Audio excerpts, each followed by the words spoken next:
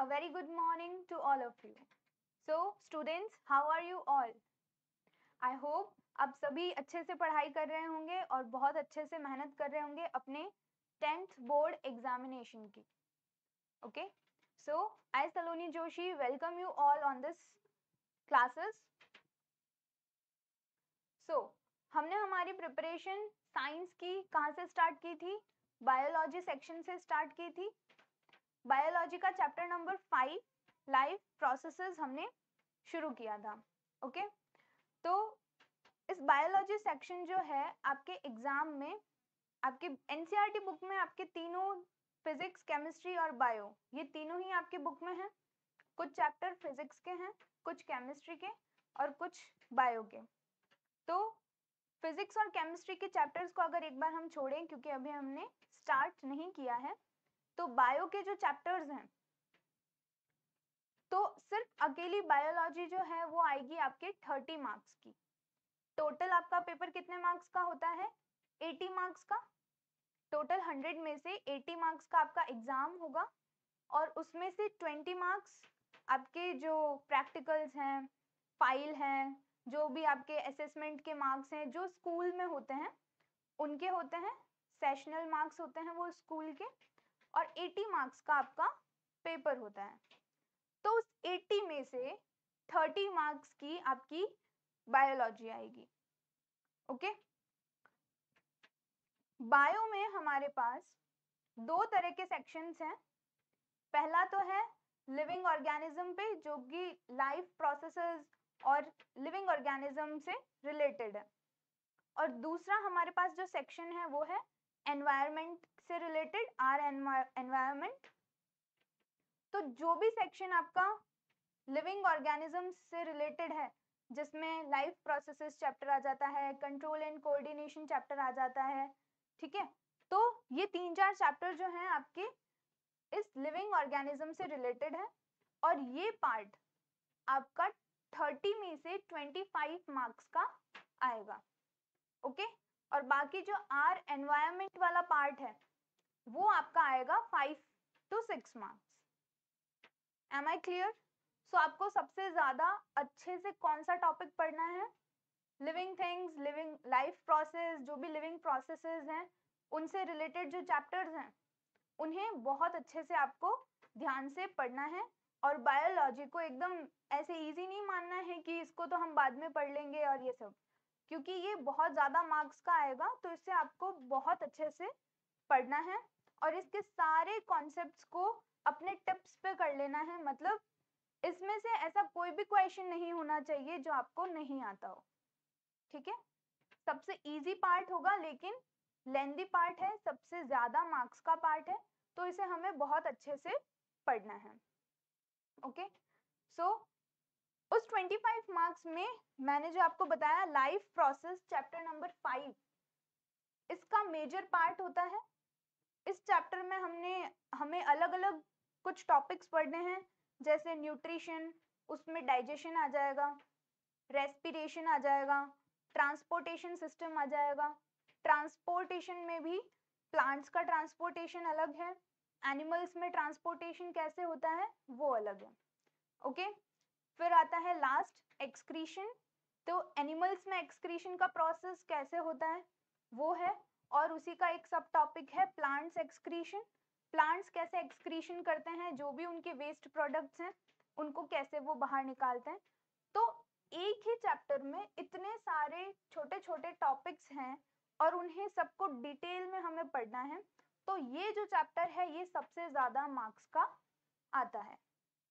Okay students, तो इस chapter को हमें बहुत अच्छे से पढ़ना है क्योंकि ये सबसे ज्यादा मार्क्स का आता है. दूसरा ये कि ये बहुत इंटरेस्टिंग चैप्टर है, इससे सारे प्रोसेसेस हम बहुत डिटेल में पढ़ लेंगे और आगे जाके ये दूसरे चैप्टर से लिंक होने में हमारी हेल्प करेगा. Okay everyone, so let's start our chapter. इस चैप्टर में हमने कल तक की क्लासेस में क्या क्या पढ़ लिया था? चैप्टर स्टार्ट हुआ था लिविंग ऑर्गेनिजम्स से. हमने पढ़ा था लिविंग ऑर्गेनिज्म को एनर्जी की जरूरत होती है, उसके लिए वो खाना खाते हैं, यानी कि न्यूट्रिशन का प्रोसेस उनमें होता है. न्यूट्रिशन हमने दो तरह के पढ़े थे, autotrophic nutrition and heterotrophic nutrition. याद है सबको? ऑटोट्रॉफिक न्यूट्रिशन में हमने सबसे पहले क्या पढ़ा था? क्या होता है ऑटोट्रॉफिक न्यूट्रिशन? ऐसा न्यूट्रिशन जिसमें प्लांट्स अपना फूड खुद प्रिपेयर करते हैं, ठीक है। और इस तरह से हमने ऑटोट्रॉफिक न्यूट्रिशन कैसे होता है, क्या होता है, वो सब पढ़ा था। तो लाइफ प्रोसेसेस चैप्टर नंबर 5 में आज हम पढ़ेंगे सबसे पहला तो आपका होगा रिवीजन, जो भी हमने कल पढ़ा था।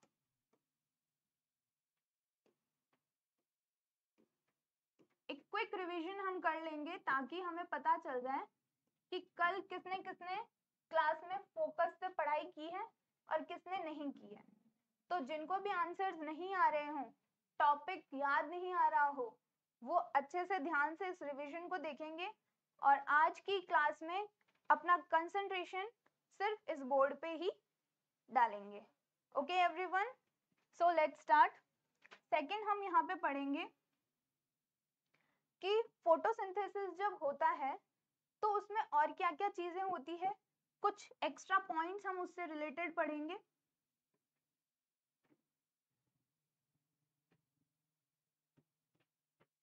ओके, तीसरी चीज हम यहाँ आज पढ़ेंगे एक्टिविटी, जो आपकी बुक में दे रखी है। एक्टिविटी 5.1 है।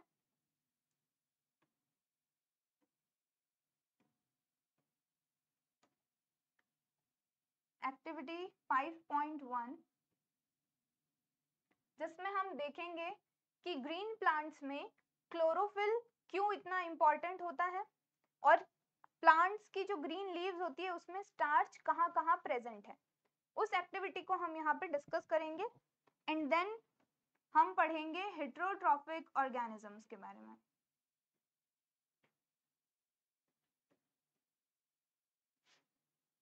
हेटेरोट्रॉफिक ऑर्गेनिज्म और उनमें होने वाला न्यूट्रिशन। हेटेरोट्रॉफिक न्यूट्रिशन कितने टाइप्स का होता है, कौन से ऑर्गेनिजम्स में होता है, ठीक है। सो आज का चैप्टर हम यहाँ से स्टार्ट करते हैं। सो क्लास कल जो हमने पढ़ा था वो था ऑटोट्रॉफिक न्यूट्रिशन के बारे में। क्या होता है ऑटोट्रॉफिक न्यूट्रिशन? जब भी ग्रीन प्लांट्स अपना फूड खुद प्रिपेयर करते हैं by the help of inorganic substances, simple inorganic substances, and convert कर देते हैं उसको कॉम्प्लेक्स ऑर्गेनिक सब्सटेंसेस के अंदर, तो उस प्रोसेस को हम बोलते हैं autotrophic nutrition. Okay, so definition है inorganic simpler substances are converted into complex organic substances, ठीक है। कौन करता है autotrophic nutrition? Green plants and some bacteria. Green plants और कुछ बैक्टीरिया, ये एग्जांपल्स, ये क्या करते हैं? ऑटोट्रॉफिक न्यूट्रिशन करते हैं। इनमें ऑटोट्रॉफिक न्यूट्रिशन का प्रोसेस होता है। कौन से सब्सटेंसेस? अभी हमने बोला इनऑर्गेनिक सिंपल सब्सटेंसेस होते हैं। कौन से होते हैं इनऑर्गेनिक सब्सटेंस? जैसे CO2, वाटर। कार्बन डाइऑक्साइड और वाटर को क्या करते हैं प्लांट्स? कार्बोहाइड्रेट्स यानी कि कॉम्प्लेक्स सब्सटेंस ग्लूकोज में कन्वर्ट कर देते हैं। ओके, ग्लूकोज, कार्बोहाइड्रेट और कॉम्प्लेक्स सब्सटेंस, ये तीनों एक ही चीज है, ठीक है। इनऑर्गेनिक के अपोजिट में आएगा ऑर्गेनिक सब्सटेंस। सिंपलर सब्सटेंस से क्या बन जाएंगे? Complex substance. और कार्बन डाइऑक्साइड और वाटर क्या बन जाएंगे? कार्बोहाइड्रेट्स। ये एक ही प्रोसेस है सारा। ओके, और किसकी प्रेजेंस में होता है autotrophic nutrition? In the presence of photosynthesis process, ठीक है। फोटोसिंथेसिस की वजह से ऑटोट्रॉफिक न्यूट्रिशन हो पाता है, फूड प्रोडक्शन होता है ग्रीन प्लांट्स के अंदर। और फोटोसिंथेसिस जो है ये रहा, ये किसकी प्रेजेंस में होता है? सनलाइट और क्लोरोफिल। फोटोसिंथेसिस होने के लिए क्या जरूरी है? सनलाइट होना जरूरी है, दूसरा क्लोरोफिल का होना जरूरी है। अगर क्लोरोफिल और सनलाइट नहीं होंगे तो प्लांट्स अपना फूड प्रिपेयर नहीं कर पाएंगे। प्लांट्स इनऑर्गेनिक सब्सटेंसेस को कॉम्प्लेक्स में चेंज नहीं कर पाएंगे। ओके एवरीवन, सो ऑटोट्रॉफिक न्यूट्रिशन आपको क्लियर हो गया होगा क्या होता है। इसमें से एक चीज बचती है हमारे पास, फोटोसिंथेसिस, वो भी मैं अभी फिर से रिवीजन कराऊंगी। नाउ सेकंड हमने पढ़ा था न्यूट्रिशन का second type, heterotrophic nutrition. Okay, तो ऑर्गेनिजम्स को एनर्जी की जरूरत होती है, आपको जरूरत है एनर्जी की, मुझे जरूरत है, तो जितने भी लिविंग ऑर्गेनिज्म हैं उन्हें एनर्जी के लिए क्या चाहिए, फूड। तो हेट्रोट्रॉफिक न्यूट्रिशन में ऑर्गेनिज्म अपना फूड खुद नहीं बनाते, उन्हें एनर्जी तो चाहिए लेकिन वो अपना फूड खुद प्रिपेयर नहीं करते हैं। वो किस पे डिपेंडेंट होते हैं, किससे लेते हैं अपना फूड, प्लांट्स से। ओके, तो जब भी कोई ऑर्गेनिज्म अपने फूड के लिए, अपने खाने के लिए, एनर्जी के सोर्स के लिए प्लांट्स पे डिपेंडेंट होते हैं, चाहे डायरेक्टली डिपेंडेंट हो या इनडायरेक्टली, तो ऐसे न्यूट्रिशन को हम बोलते हैं हेट्रोट्रॉफिक न्यूट्रिशन। ठीक है, हेट्रोट्रॉफिक न्यूट्रिशन में क्या होता है, प्लांट्स ने जो कार्बोहाइड्रेट्स बनाए हैं वही कार्बोहाइड्रेट्स कौन ले लेगा, एनिमल्स ले लेंगे या फिर हेट्रोट्रॉप्स ले लेंगे, और फिर उस कॉम्प्लेक्स सब्सटेंस को, उस कार्बोहाइड्रेट को ब्रेक डाउन करके सिंपल सब्सटेंस बनाएंगे और उस सिंपल सब्सटेंस से अपनी एनर्जी निकालेंगे। तो यहाँ organic substances prepared by plants, plants ने जो ऑर्गेनिक सब्सटेंस बनाए हैं उनको यूज किया जाता है ताकि वो अपनी एनर्जी ऑब्टेन कर सकें। फिर क्या होता है, फिर होता है ब्रेक डाउन। वो जो उन्होंने खाना खाया है प्लांट्स का, उसको ब्रेक डाउन भी तो करना पड़ेगा। कॉम्प्लेक्स सब्सटेंस का ब्रेक डाउन होता है इनटू सिंपल सब्सटेंसेस, सिंपल में चेंज कर दिया और अब उससे क्या करेंगे, एनर्जी ऑब्टेन। नाउ एग्जांपल्स क्या होते हैं, एनिमल्स एंड फंगस। बताया था मैंने आपको, एनिमल्स और फंगस हेट्रोट्रॉप्स होते हैं, यानी कि ये अपना फूड खुद प्रिपेयर नहीं करते हैं। फंगस का एग्जांपल आपको बताया था, वो क्या करता है, ब्रेड पे अपने ग्रोथ करता है और उसी से अपना न्यूट्रिशन, अपना फूड लेता है। Okay, now come to photosynthesis. Photosynthesis मैंने आपको बताया था कि किसकी प्रेजेंस में होता है, कौन सी दो चीजें होती है, सनलाइट एंड क्लोरोफिल। गुड, तो फोटोसिंथेसिस एक ऐसा प्रोसेस है जो सनलाइट और क्लोरोफिल की प्रेजेंस में इनऑर्गेनिक सब्सटेंसेस जैसे कार्बन डाइऑक्साइड और वाटर को कॉम्प्लेक्स सब्सटेंस में चेंज कर देता है, जैसे कि ग्लूकोज। तो इस प्रोसेस को हम बोलते हैं फोटोसिंथेसिस। ओके, ये एक 3 स्टेप प्रोसेस होता है, ये कल पढ़ा था। 3 स्टेप में ये पूरा प्रोसेस होगा। कौन से प्रोसेस हैं इसके, डायग्राम बनाया था हमने कल लीफ का। तो इसमें 3 प्रोसेस होते हैं। पहला प्रोसेस होता है एब्जॉर्प्शन, फर्स्ट इज एब्जॉर्प्शन। किसका एब्जॉर्प्शन होगा, सनलाइट का। ठीक है, सनलाइट सबसे पहले एब्जॉर्ब की जाएगी। सेकंड कन्वर्जन, सेकंड स्टेप था कन्वर्जन। किसको कन्वर्ट किया जाता है, सन से जो लाइट एनर्जी आ रही है उसको केमिकल एनर्जी में कन्वर्ट किया जाता है। ओके, और दूसरा प्रोसेस इसी के अंदर होता है स्प्लिटिंग ऑफ वाटर। पानी को इसमें तोड़ दिया जाता है, ब्रेक डाउन कर देते हैं, जिससे हाइड्रोजन और ऑक्सीजन बन जाते हैं। तो जो वाटर है, इस लीफ में ऑलरेडी वाटर होता है, वाटर का ब्रेक डाउन होता है और उससे बन जाता है H2 plus O2, hydrogen and oxygen. देखो वाटर तो इस लीफ में कहाँ से आता है, रूट्स के थ्रू। रूट्स पानी एब्जॉर्ब करती है और उन्हें लीफ तक पहुंचाती है। तो ये वाटर का ब्रेकडाउन होगा H2 और O2 में। और कौन से रॉ मटेरियल होते हैं और क्या चाहिए फोटोसिंथेसिस के लिए, क्लोरोफिल। सनलाइट हो गया, वाटर हो गया, क्लोरोफिल। क्लोरोफिल मैंने क्या बताया था क्या होता है, प्लांट्स की सेल्स में कुछ छोटे छोटे कंपार्टमेंट होते हैं, कुछ छोटी छोटी और सेल्स होती हैं जिन्हें हम सेल ऑर्गेनेली बोलते हैं। सेल्स के छोटे पार्ट्स जिन्हें हम सेल ऑर्गेनेली बोलते हैं। तो क्लोरोफिल क्लोरोप्लास्ट में होता है।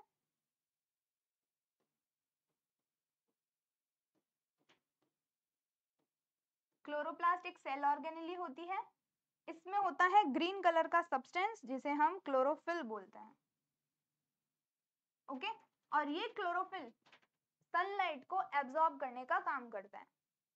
तो absorption of sunlight bye chlorophyll. Second step में होता है conversion of light energy into chemical energy and splitting of water molecule. Splitting का मतलब ब्रेक डाउन, वाटर का ब्रेक डाउन। और लास्ट में क्या होता था, CO2 का रिडक्शन। रिडक्शन प्रोसेस लिखा हुआ है यहाँ पे। रिडक्शन किसका होगा, ऑफ कार्बन डाइऑक्साइड, और ये रिड्यूस होके क्या बना देगा, कार्बोहाइड्रेट बना देगा। कार्बोहाइड्रेट मतलब ग्लूकोज बना देगा। और ग्लूकोज क्या है, प्लांट्स का फूड है।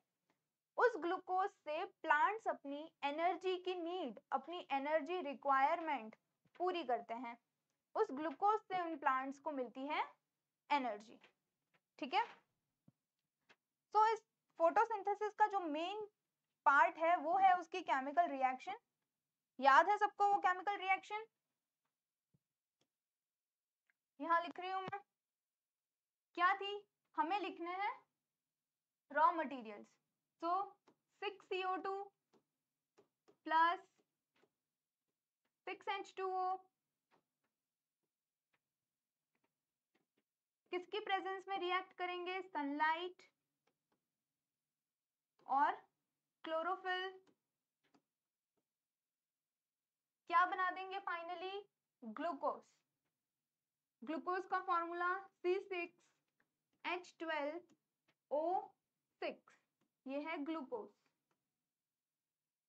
ओके, और इसके साथ में एक बाय प्रोडक्ट भी बनेगा। मेन प्रोडक्ट तो क्या है, ग्लूकोज। बाय प्रोडक्ट क्या बनेगा, ऑक्सीजन, जो प्लांट्स हमारे लिए बाहर रिलीज कर देते हैं। तो बेटा ये क्या है, उनका वेस्ट प्रोडक्ट है। ऑक्सीजन प्लांट्स के लिए एक वेस्ट प्रोडक्ट है, वो उनके कोई काम नहीं आती, इसलिए उसको वो क्या करते हैं, बाहर रिलीज कर देते हैं। ओके, बाकी ये सारी चीजें, ये ग्लूकोज उनको एनर्जी प्रोवाइड करता है। यहाँ आएगा 6O2। ओके, ये केमिकल रिएक्शन सबको याद होनी चाहिए। ये इस फोटोसिंथेसिस का मेन पार्ट होता है। आप अगर तीनों स्टेप्स को थ्योरी में लिखोगे और केमिकल रिएक्शन नहीं लिखोगे तो आपको बोर्ड एग्जामिनेशन में हाफ मार्क, जितने भी मार्क्स का क्वेश्चन है उसमें से हाफ मार्क आपका डिडक्ट हो जाएगा। ओके, सो ये सभी को याद होनी चाहिए। ये था हमारा रिवीजन। फोटोसिंथेसिस में कौन से रॉ मटेरियल्स चाहिए हमें, कार्बन डाइऑक्साइड, CO2 चाहिए, वाटर चाहिए, सनलाइट और क्लोरोफिल।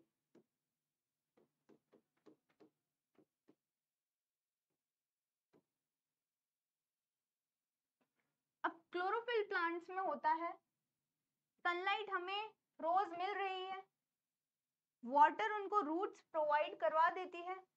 अब कार्बन डाइऑक्साइड कहां से मिलेगा उनको, कार्बन डाइऑक्साइड प्लांट्स में कहां से आएगा, तो कार्बन डाइऑक्साइड के लिए प्लांट्स की लीफ पे होते हैं स्पेशल स्ट्रक्चर्स जिन्हें हम बोलते हैं स्टोमेटा। ओके, तो इस ऑक्साइड के लिए प्लांट्स में होते हैं स्टोमेटा।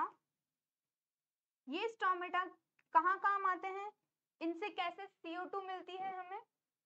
तो स्टोमेटा बेटा पोर्स होते हैं प्लांट्स की लीफ के सरफेस पे, जिससे क्या होता है, गैसियस एक्सचेंज होता है। गैसियस एक्सचेंज का मतलब ये है कि प्लांट्स अपने अंदर जो ऑक्सीजन बनी है उसको बाहर रिलीज कर देंगे और एनवायरनमेंट में जो कार्बन डाइऑक्साइड प्रेजेंट है उसको अपने अंदर ले लेंगे। ओके, तो ये एक गेट की तरह होता है, एक ओपनिंग चैनल या फिर एक गेट बोल सकते हैं, जिसके थ्रू ऑक्सीजन बाहर जाती है प्लांट से और कार्बन डाइऑक्साइड अंदर आती है। ठीक है, तो यहाँ पे आपको स्टोमेटा का स्ट्रक्चर दिख रहा होगा, ये देखिए। अब इसमें से ये स्टोमेटास जो लीव्स होती है उनके सरफेस पे प्रेजेंट होते हैं, मेजॉरिटी सबसे ज्यादा स्टोमेटा लीव्स पे होते हैं। कुछ अमाउंट ऑफ स्टोमेटा जो होते हैं वो स्टेम पे, बर्ड्स पे, इन सारी चीजों पे हो सकते हैं, लेकिन सबसे ज्यादा लीव्स पे होते हैं। और लीव्स की सरफेस पे ये इस तरह के स्ट्रक्चर्स होते हैं, यहाँ पे आपको दिख रहे होंगे ये स्ट्रक्चर्स। इसमें से ये जो है एक पोर दिखाई दे रहा है आपको, इस पोर को बोलते हैं स्टोमेटल पोर।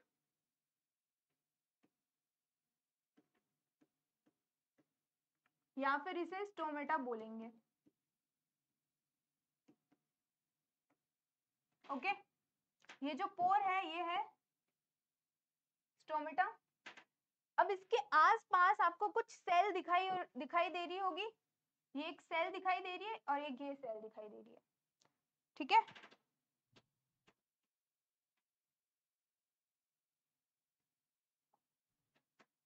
ये देखिए, ये इस तरह से एक पोर है, इसे हम स्टोमेटा बोलेंगे। और इसके आसपास क्या होगी, एक सेल होगी इस तरह से।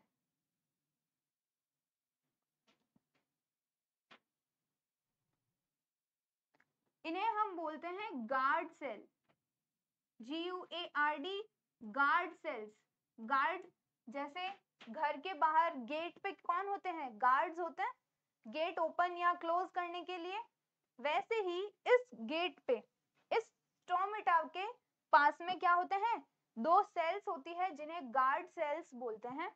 और इन गार्ड सेल्स का काम होता है इस पोर को, इस स्टोमेटा को ओपन या फिर क्लोज करना। ओके, इस स्टोमेटा के पोर से क्या होता है, ऑक्सीजन जो है वो बाहर जाती है और CO2 क्या होगी, इस प्लांट के अंदर आएगी।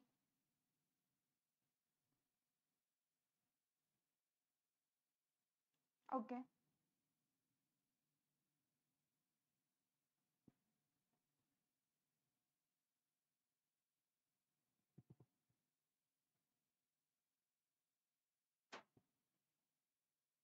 नाउ तो इस स्टोमेटा से क्या होता है, गैसियस एक्सचेंज, गैसेस का एक्सचेंज होता है। साथ में ही जब गैसेस का एक्सचेंज होता है तो उस सेल से, उस लीफ से पानी भी क्या हो जाता है, बाहर आ जाता है बाय प्रोसेस ऑफ ट्रांसपिरेशन। उस स्टोमेटा से पानी भी क्या हो जाता है, बाहर आ जाता है। तो अगर रेगुलरली ये स्टोमेटा ओपन रहेंगे, अगर रेगुलरली ये स्टोमेटा ओपन रहेंगे तो क्या होगा, प्लांट में पानी की कमी हो सकती है। प्लांट में क्या हो जाएगा, पानी की कमी, क्योंकि सारा पानी तो बाहर चला गया बाय ट्रांसपिरेशन।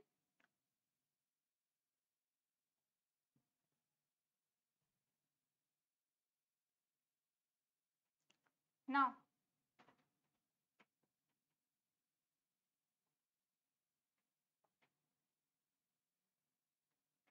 एक सेकेंड,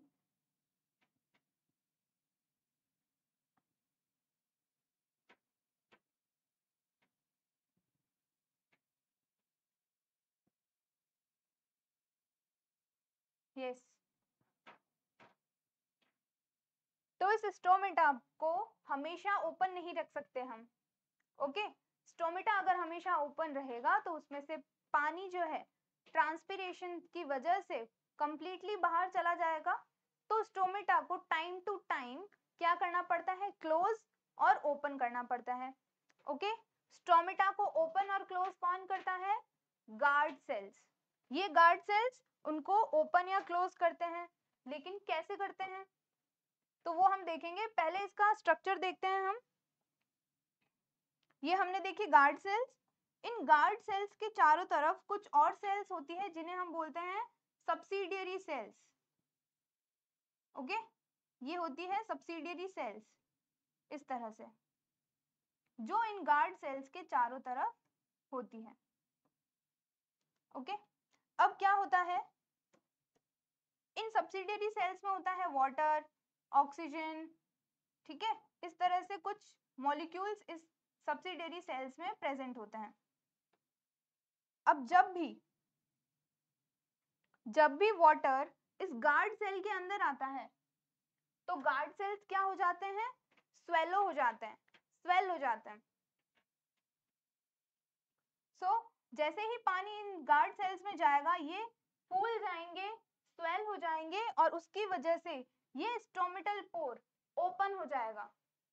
ओके, यहाँ पे आपको दिख रहा होगा ये diagram.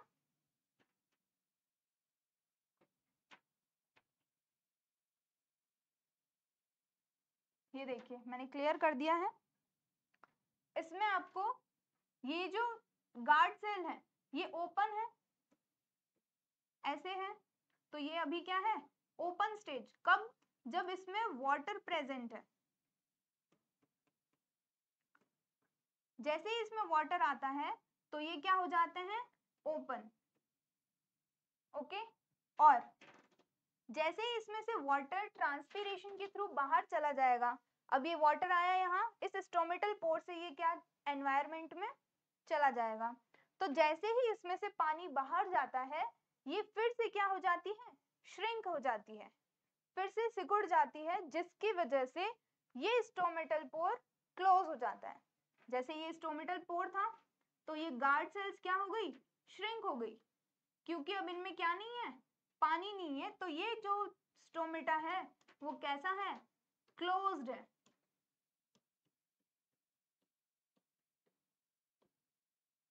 Okay, so opening and closing of stomata कौन रेगुलेट करता है, गार्ड सेल्स।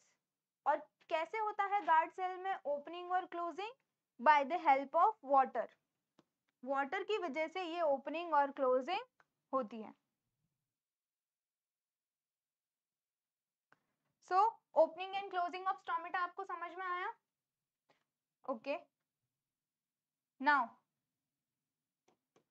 तो हमने ये फोटोसिंथेसिस का प्रोसेस देखा, किस तरह से इसमें कार्बन डाइऑक्साइड लीव्स में आती है स्टोमेटा के थ्रू, और फिर उस कार्बन डाइऑक्साइड को ग्लूकोज में चेंज कर दिया जाता है। ठीक है, नाउ क्या ये प्रोसेस जरूरी है कि ये सारे स्टेप्स एक साथ हो, क्या ये जरूरी है कि हमारे जितने भी स्टेप्स हमने फोटोसिंथेसिस के पढ़े हैं वो सभी एक साथ हो, absorption, conversion and third step is reduction of carbon dioxide. So ये बिल्कुल जरूरी नहीं है कि ये सारे स्टेप्स एक साथ होंगे। कुछ प्लांट्स होते हैं जो डेजर्ट एरियाज में होते हैं या ऐसी जगह पे होते हैं जहाँ पे वाटर इतना ज्यादा नहीं होता है, या फिर जहाँ पे बहुत ज्यादा धूप होती है, एरिड रीजन्स। ठीक है, तो ऐसी कंडीशन में जो प्लांट्स हैं अगर दिन के टाइम अपना स्टोमेटा ओपन कर देंगे कार्बन डाइऑक्साइड के लिए, तो उनमें जितना पानी होगा वो सब क्या हो जाएगा, उड़ जाएगा, एनवायरमेंट में चला जाएगा। तो ऐसा रिस्क वो नहीं ले सकते कि वो अपने अंदर से सारा पानी बाहर निकाल दे। ओके, तो इसीलिए जो डेजर्ट प्लांट्स होते हैं वो डे टाइम में अपने स्टोमेटा ओपन नहीं करते। ओके, अब स्टोमेटा ओपन नहीं करेंगे तो उनमें कार्बन डाइऑक्साइड कहाँ से आएगा। तो कार्बन डाइऑक्साइड के लिए उन्होंने अपना एक दिमाग लगाया कि वो रात में अपना स्टोमेटा ओपन करते हैं। ओके, और जब रात में स्टोमेटा ओपन करते हैं तो वो सारी जितनी भी CO2 होती है एनवायरनमेंट में, जितनी उन्हें चाहिए होती है उसको अपने अंदर ले लेते हैं। ओके, अब CO2 लेके उसको स्टोर कर देंगे, और जब दिन होगा डे टाइम में क्या करेंगे, सनलाइट को एब्जॉर्ब और फिर उससे उस कार्बन डाइऑक्साइड का रिडक्शन कर देंगे। ठीक है, तो दिमाग लगाया ना प्लांट्स ने कि हमारा वाटर का लॉस नहीं होना चाहिए, वाटर लॉस उनमें नहीं हो, इसलिए वो रात में स्टोमेटा ओपन करके कार्बन डाइऑक्साइड को स्टोर कर लेते हैं और डे टाइम में सनलाइट एब्जॉर्ब करके उसको केमिकल एनर्जी में चेंज करते हैं, वाटर को ब्रेक डाउन करते हैं और फिर CO2 जो उनके पास में स्टोर्ड है उसको वो कन्वर्ट कर देते हैं ग्लूकोज में। ओके एवरीवन, तो इसी तरह से हमें भी दिमाग लगा के हमारी पढ़ाई करनी है और किसी भी दूसरे फैक्टर की वजह से अपनी पढ़ाई छोड़नी नहीं है, मिस नहीं करनी है। ठीक है,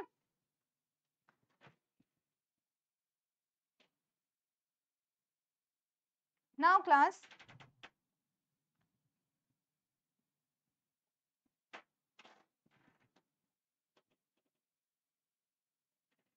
नाउ इसमें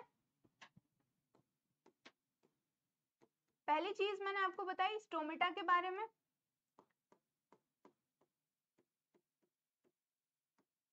सेकंड हमने पढ़ा अबाउट द डेजर्ट प्लांट्स, कि डेजर्ट प्लांट्स कब अपना CO2 लेते हैं, कब स्टोमेटा ओपन करते हैं।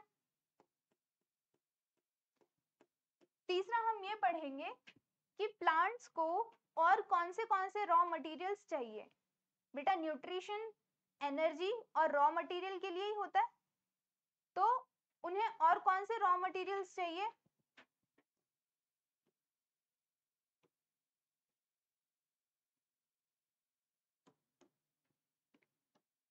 पहला तो CO2, H2O that is water, और क्या चाहिए होते हैं उन्हें, कुछ मिनरल्स चाहिए होते हैं।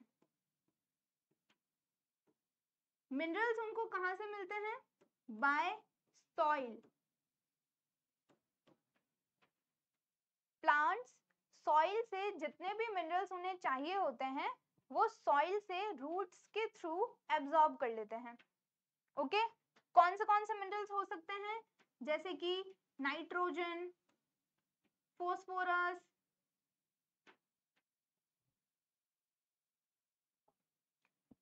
Magnesium, okay etcetera.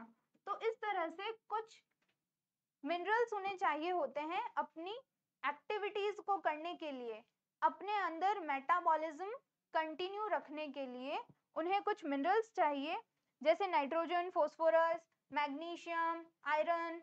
ठीक है, तो ये सब उन्हें मिलता है सॉइल से, और इसमें से जो मेजर है, मोस्ट इंपॉर्टेंट है, वो है नाइट्रोजन। ओके, नाइट्रोजन प्लांट्स में दो फॉर्म्स में एब्जॉर्ब किया जाता है। प्लांट्स नाइट्रोजन को दो तरह से एब्जॉर्ब करते हैं, पहला है इनऑर्गेनिक फॉर्म में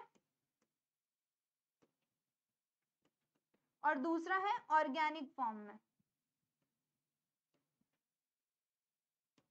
ओके, ऑर्गेनिक फॉर्म में आता है वो नाइट्रेट्स और नाइट्राइट्स की फॉर्म में। ठीक है, सॉइल में नाइट्रेट्स और नाइट्राइट्स होते हैं जिन्हें प्लांट्स क्या करते हैं, एब्जॉर्ब कर लेते हैं और अपनी नाइट्रोजन की जो कमी है या फिर अपने नाइट्रोजन की जो रिक्वायरमेंट है उसको पूरा करते हैं। तो in the form of nitrates and nitrites. Okay, और जो ऑर्गेनिक है, ऑर्गेनिक फॉर्म में वो क्या एब्जॉर्ब करते हैं, यूरिया। ये फर्टिलाइजर्स वगैरह में होता है या फिर सॉइल में होता है। तो यूरिया जो होता है बेटा वाटर सॉल्यूबल होता है, पानी में मिक्स हो जाता है, डिसॉल्व हो जाता है, तो सॉइल में हाई अमाउंट ऑफ यूरिया होता है, जिससे क्या होता है, प्लांट्स अपनी नाइट्रोजन की रिक्वायरमेंट पूरी करते हैं। ये यूरिया जो है वो ऑर्गेनिक होता है और नाइट्रेट्स और नाइट्राइट्स इनऑर्गेनिक होते हैं। ठीक है, तो यहाँ पे बेटा ये मोस्ट इंपॉर्टेंट है, ये आपको सिर्फ 2 पॉइंट लग रहे हैं लेकिन ये बहुत इंपॉर्टेंट है। यहाँ से क्वेश्चन आता है कि right the forms of nitrogen in which plants absorb it from the soil, या फिर क्वेश्चन ऐसा आ सकता है in which form plants absorb nitrogen. तो प्लांट्स किस फॉर्म में नाइट्रोजन को एब्जॉर्ब करते हैं? इनऑर्गेनिक फॉर्म में नाइट्रेट्स और नाइट्राइट्स, ऑर्गेनिक फॉर्म में यूरिया। ठीक है, तो ये यूरिया जो होता है ये ऑर्गेनिक होता है, याद रखना है इसका नाम। ये दोनों तो याद रह जाते हैं बट यूरिया याद नहीं रहता है, ऑर्गेनिक फॉर्म को भूल जाते हैं लोग। सो इसको आपको याद रखना है। ओके, सो यहाँ तक हमारा ऑटोट्रॉपिक न्यूट्रिशन जो है वो कंप्लीट होता है। किस तरह से प्लांट्स ने अपना फूड प्रिपेयर किया, क्या क्या चीजें उनको रिक्वायर्ड थी। किसी भी काम को करने से पहले हमें जो जो चीजें रिक्वायर्ड होती है वो बहुत इंपॉर्टेंट है, तो इन सारी चीजों को हमें भूलना नहीं है। ओके, नाउ मैंने बोला क्लोरोफिल बहुत इंपॉर्टेंट है, तो इसके लिए हम एक्टिविटी देख लेते हैं कि कैसे पता चलेगा कि प्लांट्स में क्लोरोफिल बहुत इंपॉर्टेंट है। ओके, क्लोरोफिल से क्या होता है, फूड बनाया जाता है, फोटोसिंथेसिस। तो जब क्लोरोफिल जिस प्लांट में होगा वहीं पे तो फूड सिंथेसिस होगा, जहां क्लोरोफिल होगा वहीं पे उनका फूड होगा, यानी कि स्टार्च होगा। तो आपके एनसीईआरटी बुक में एक एक्टिविटी गिवन है, एक्टिविटी 5.1। इसमें आपको ये एक्टिविटी हम इसलिए कर रहे हैं ताकि हम क्लोरोफिल की जो इंपॉर्टेंस है, क्लोरोफिल की प्रेजेंस एक प्लांट में देख सके। ठीक है, एक लीफ में हम देख सके कि इसमें क्लोरोफिल कहाँ कहाँ है और उस क्लोरोफिल ने कहाँ कहाँ फूड प्रोड्यूस किया है, अपना फूड बनाया है। Okay, so it is activity 5.1। ये 5.1 है बेटा।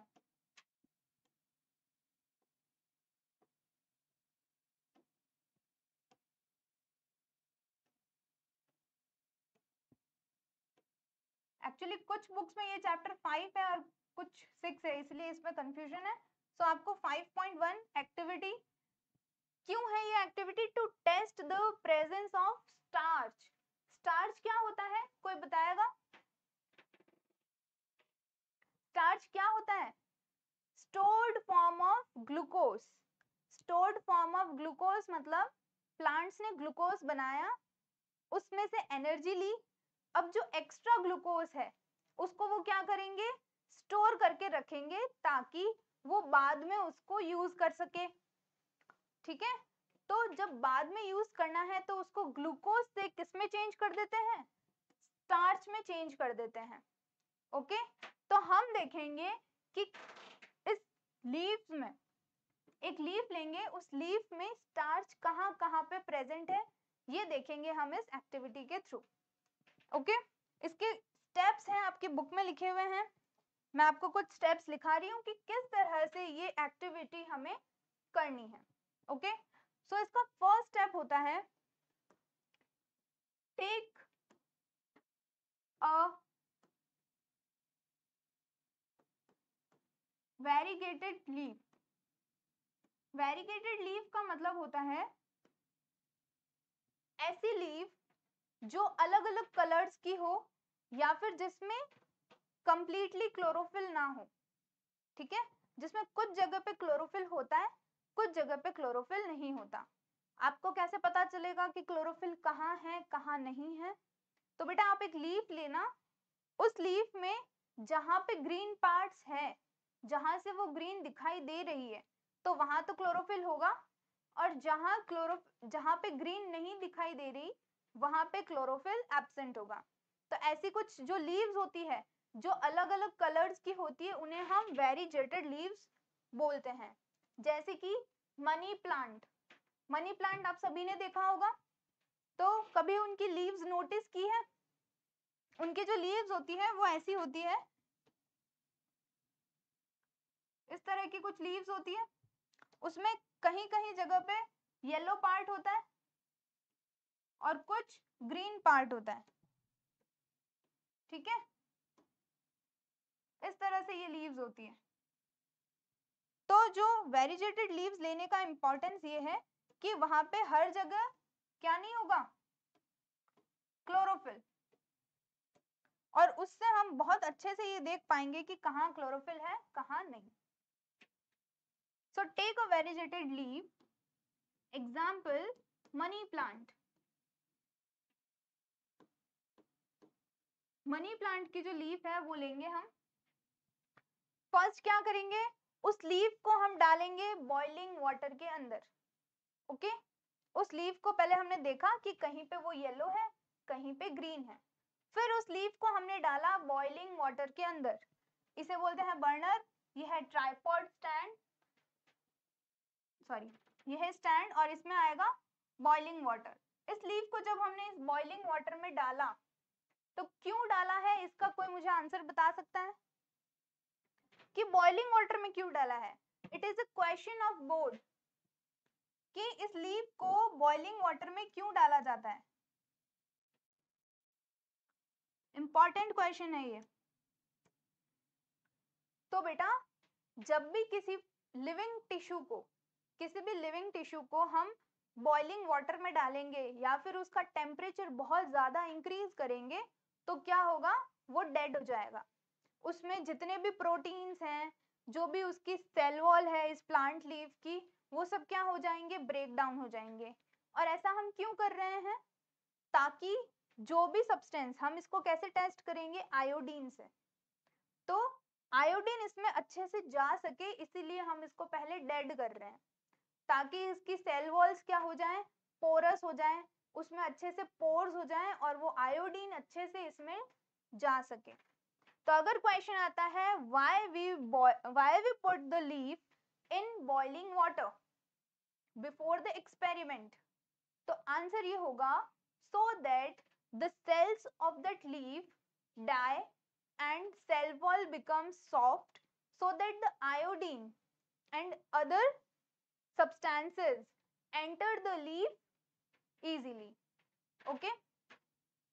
तो इसे हमने बॉइलिंग वाटर में डाला ताकि इसकी सेल वॉल टूट जाए और इसमें से जो भी आयोडीन हम डालना चाहते हैं वो इजीली इसके अंदर चला जाए।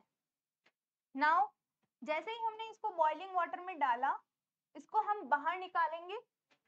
बाहर निकालने के बाद हम इसे डालेंगे एक टेस्ट ट्यूब के अंदर।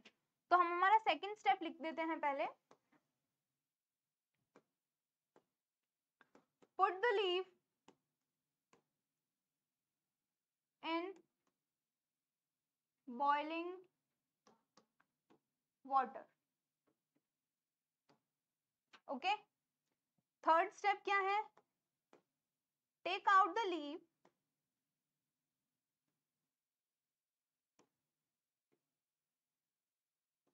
and put it into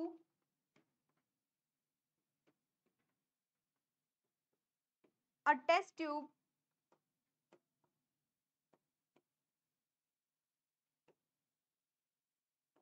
containing alcohol।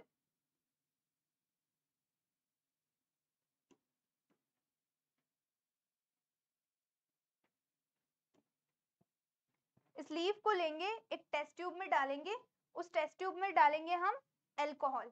यहाँ पे इथेनॉल लिया हुआ है, इथेनॉल भी ले सकते हैं, okay.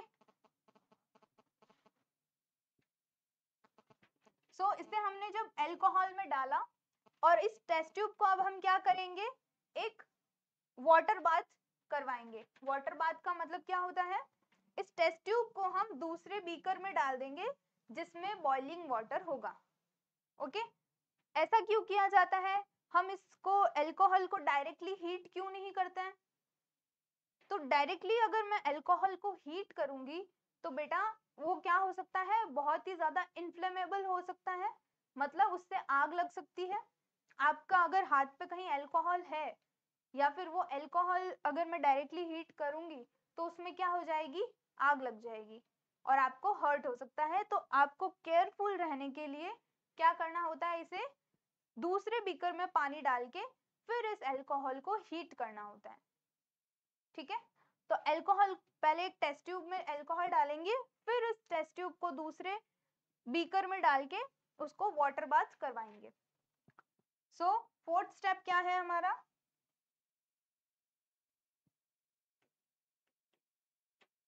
Fourth step is let the test tube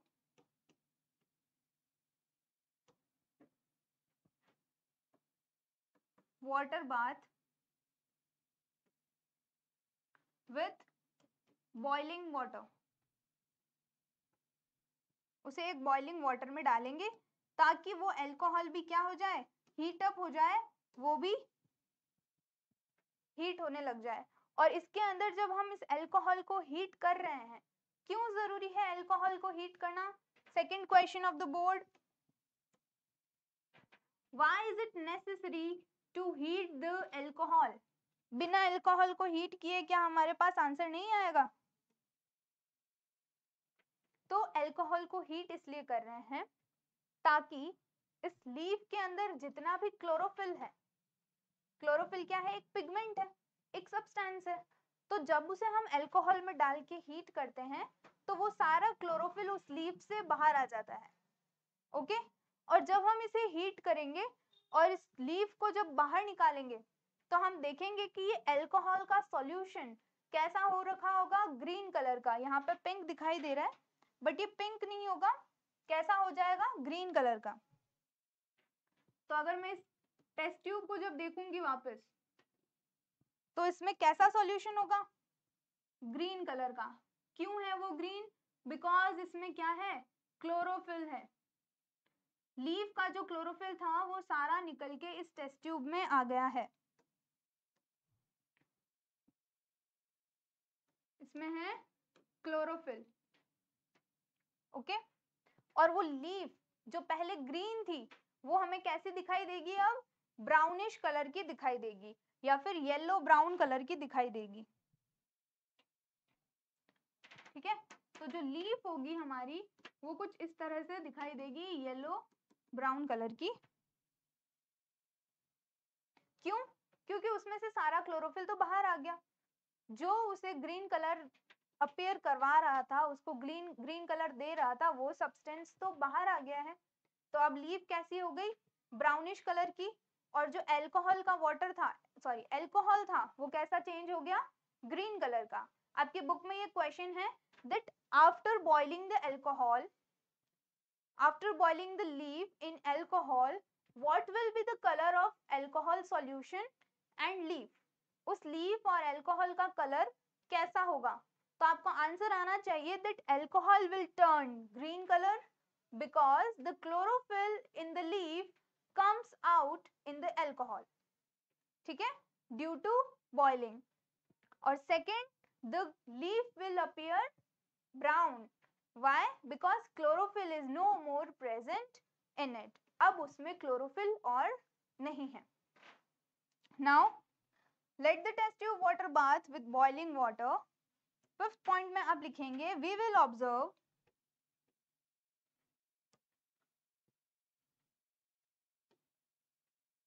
that alcohol solution turns green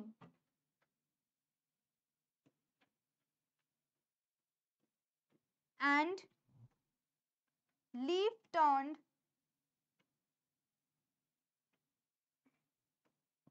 yellowish orange or yellowish brown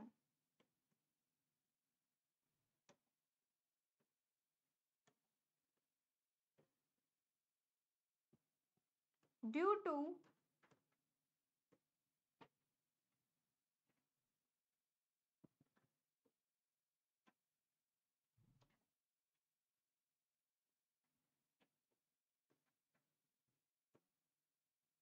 due to loss of chlorophyll.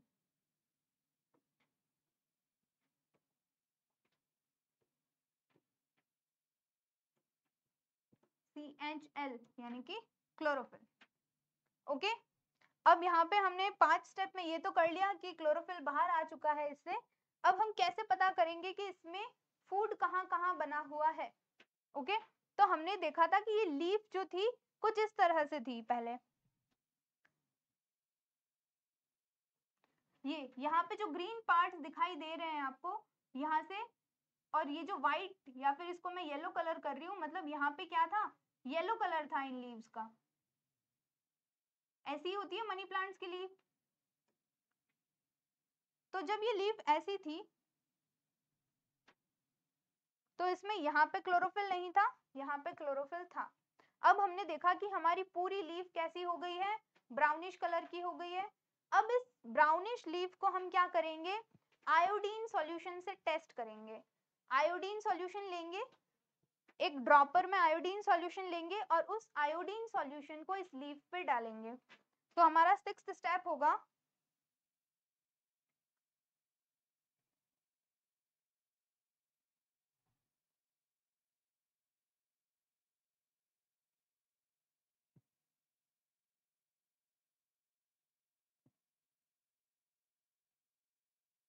हमारा 6th स्टेप होगा उस आयोडीन सॉल्यूशन से टेस्ट करना। So put the iodine solution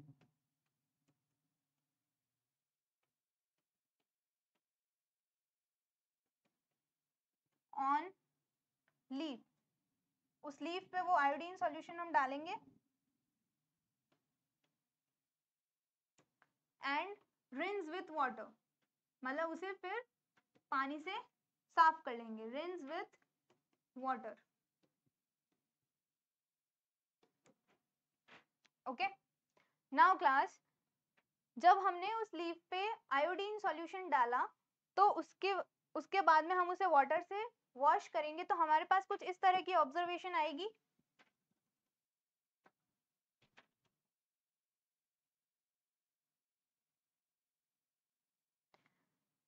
जो leaf होगी, जो पहले कैसी थी, ग्रीन और येलो कलर की थी, वो कैसी हो गई है, कुछ कुछ जगह से तो हमें ब्राउन दिखाई दे रही है और कुछ जगह से वो हमें ब्लू ब्लैक कलर की दिखाई दे रही है। ये लीफ आप देख रहे हो यहाँ पे, ये पहले ऐसे ग्रीन थी और यहाँ पे आने के बाद ये कैसी हो गई है, कुछ जगह से तो हमें ब्राउन दिखाई दे रही है और कुछ जगह पे हमें कैसी दिखाई दे रही है, ब्लू ब्लैक। अब ये कहाँ से ब्लू ब्लैक दिखाई दे रही है, जहां पे पहले वो ग्रीन थी वहां से तो वो ब्लू ब्लैक टर्न हो गई है, और जहां पहले येलो थी अब वो वहां से ब्राउन हो गई है। इसका मतलब ये हुआ कि आयोडीन जो होता है वो स्टार्च के साथ में मिलके ब्लू और ब्लैक कलर देता है। कब आता है ब्लू ब्लैक कलर, जब आयोडीन और स्टार्च रिएक्ट करते हैं। तो इस लीफ में जहां जहां स्टार्च था, जहां जहां क्लोरोफिल था वहां स्टार्च था, और जहां पे स्टार्च था वहां पे आयोडीन डालने के बाद वो ब्लू और ब्लैक कलर की, हमें ब्लू ब्लैक डार्क कलर की अपीयर होने लग गई। लेकिन जहां से वो लीफ येलो कलर की थी, मतलब वहां पे कोई फोटोसिंथेसिस नहीं हो रहा, वहां पे कोई भी स्टार्च का प्रोडक्शन नहीं हो रहा, इसका मतलब वहां पे आयोडीन गया और उसका कोई रिएक्शन नहीं हुई क्योंकि वहां स्टार्च था ही नहीं, तो वो वहां से हमें ब्राउन कलर की ही दिखाई दे रही थी। तो ये एक्सपेरिमेंट है किस चीज के लिए, स्टार्च की प्रेजेंस देखने के लिए, लीफ में देखने के लिए कि कहाँ पे स्टार्च है कहाँ पे नहीं। और जहां स्टार्च नहीं है वहां पे क्या नहीं था, क्लोरोफिल नहीं था, वहां से ये लीफ भी ग्रीन कलर की नहीं थी। ओके, तो ये एक्टिविटी हमें ये शो करती है,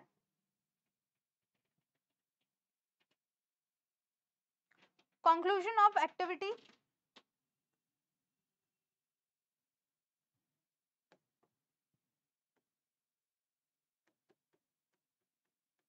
एक्टिविटी 5.1, पहला कंक्लूजन ये that chlorophyll is necessary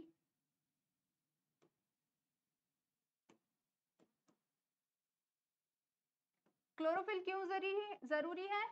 to produce starch.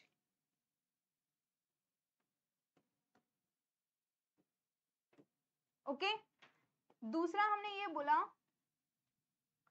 Second हम देखेंगे कि इसकी ऑब्जर्वेशन क्या क्या थी, हमने क्या क्या ऑब्जर्व किया इसके अंदर,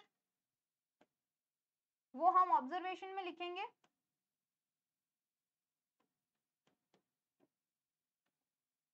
ऑब्जर्वेशन ये थी, the green part of leaf कैसा टर्न हो गया था? Blue black. The green part of leaf turned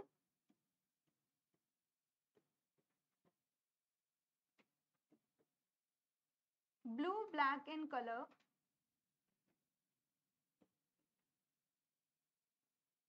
because of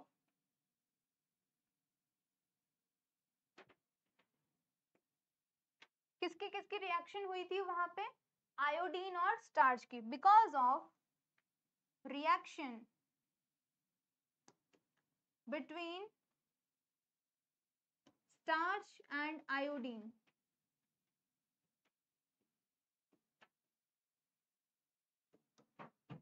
okay, जो ग्रीन पार्ट्स थे वो ब्लू ब्लैक कलर के हो गए क्योंकि वहां पे रिएक्शन हो गई स्टार्च और आयोडीन की। इसका मतलब starch is only present in green parts.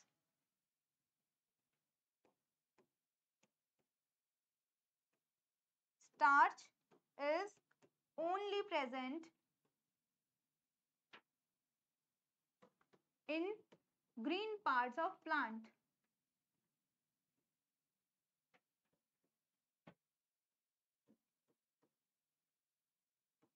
Where chlorophyll is also present. जहां पे क्लोरोफिल भी क्या है? प्रेजेंट है।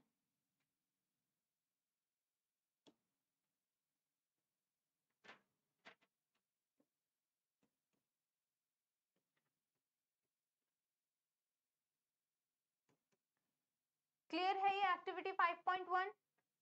ओके, तो it was the part of our photosynthesis. ये ऑटोट्रॉपिक न्यूट्रिशन से रिलेटेड होता है हमारा, इसलिए ये एक्टिविटी क्या है? इंपॉर्टेंट है। हमने देखा इस एक्टिविटी में से भी आपके 2 से 3 क्वेश्चन, 4 क्वेश्चन आ सकते हैं कि आपने जो ये एक्टिविटी की तो इसमें आयोडीन डालने पे ब्लू ब्लैक कलर क्यों आया? तो आंसर आपको ये लिखना है कि आयोडीन जब स्टार्च से रिएक्ट करता है तो वो ब्लू और ब्लैक कलर का एक अपीयरेंस देता है, वो दिखने में एक ऐसा सब्सटेंस बनाता है जो ब्लू ब्लैक कलर का होता है। तो जहां जहां स्टार्च प्रेजेंट था वहां आयोडीन से रिएक्शन होके उसने ब्लू और ब्लैक कलर का अपीयरेंस दिया। ओके, नाउ क्लास हमारे पास एक एक्टिविटी और गिवन है हमारी बुक के अंदर, एक्टिविटी 5.2। वो है सनलाइट की प्रेजेंस के लिए, कि सनलाइट क्यों जरूरी है प्लांट्स के लिए। वो आप रीड करके आएंगे और उसके बाद में मैं उनकी जो कंक्लूजन्स हैं वो आपसे डिस्कस करूंगी, लेकिन नेक्स्ट क्लास में। सो यहाँ तक आपको अच्छे से पढ़ना है, इसमें से बहुत इंपॉर्टेंट क्वेश्चंस आते हैं। That's all for today, thank you so much.